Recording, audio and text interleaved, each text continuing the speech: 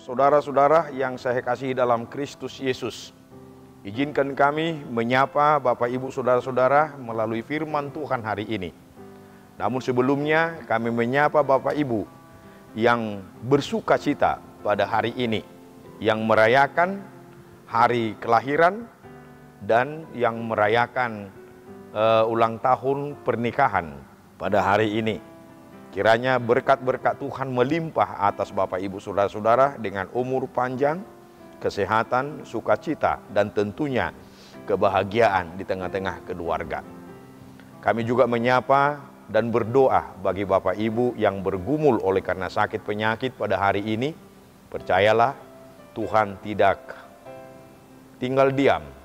Dia mendengarkan, Dia menanti seruan Bapak Ibu Saudara-saudara. Di dalam doa dan permohonan kiranya Tuhan memberkati dan menumpangkan tangannya yang maha kudus, memberikan kekuatan dan kesembuhan bagi saudara sekalian. Nah, mari kita berdoa sebelum kita mendengarkan firman Tuhan. Kasih karunia dan damai sejahtera dari Allah Bapa kita dan dari anaknya Tuhan Yesus Kristus. Amin.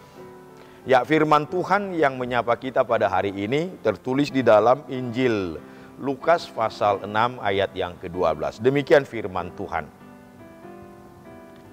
Pada waktu itu, pergilah Yesus ke bukit untuk berdoa dan semalam-malaman ia berdoa kepada Tuhan. Sekali lagi saya baca, pada waktu itu pergilah Yesus ke bukit untuk berdoa dan semalam-malaman ia berdoa kepada Allah.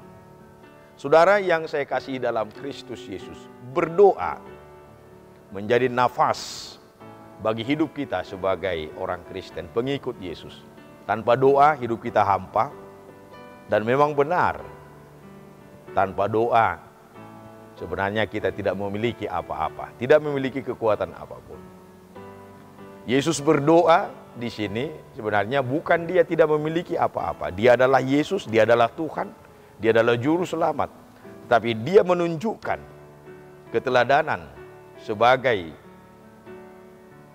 guru yang agung. Dia harus meneladankan hal-hal penting dalam hidup kita sebagai pengikut Yesus. Dan konteks ini sebelum dia memilih dan menetapkan murid-muridnya, dia menunjukkan bahwa inilah gaya, inilah atribut yang harus kita lakukan di sepanjang hidup kita. Berdoa dan menjadikan Tuhan sebagai nahoda hidup kita.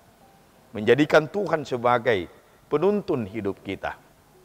Nah, saudara yang saya kasih dalam Kristus Yesus, ada dua hal yang penting yang kita harus gumuli melalui firman Tuhan hari ini. Yang pertama, pentingnya doa.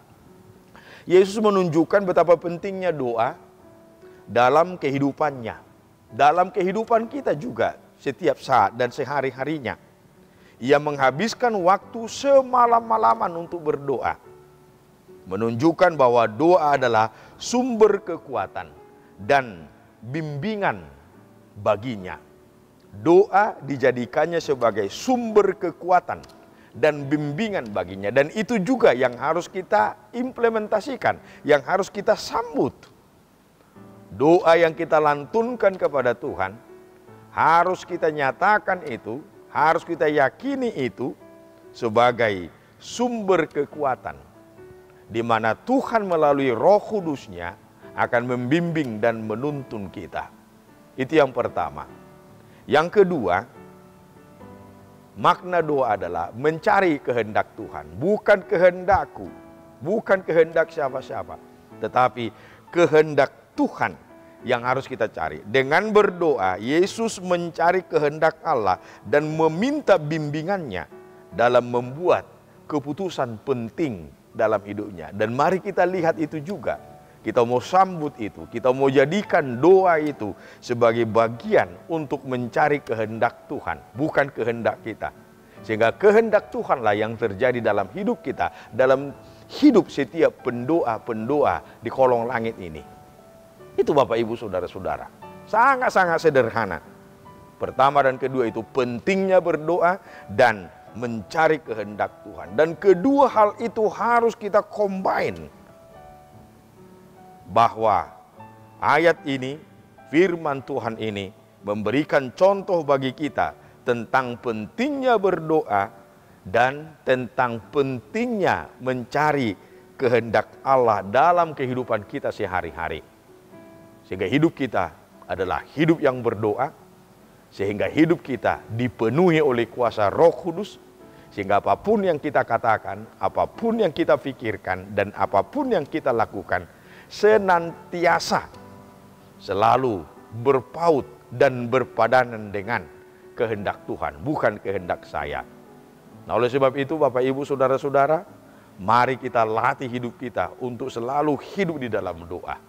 Sehingga Tuhan selalu hidup dalam diri kita untuk menjadikan Dia dalam hidup kita sebagai nahoda, sebagai penuntun hidup kita, untuk menghantarkan kita, untuk mendampingi dan menyertai kita di dalam memenangkan segala pergumulan dan perkara hidup kita. Selamat beraktivitas. Tuhan Yesus memberkati. Amin. Kita berdoa.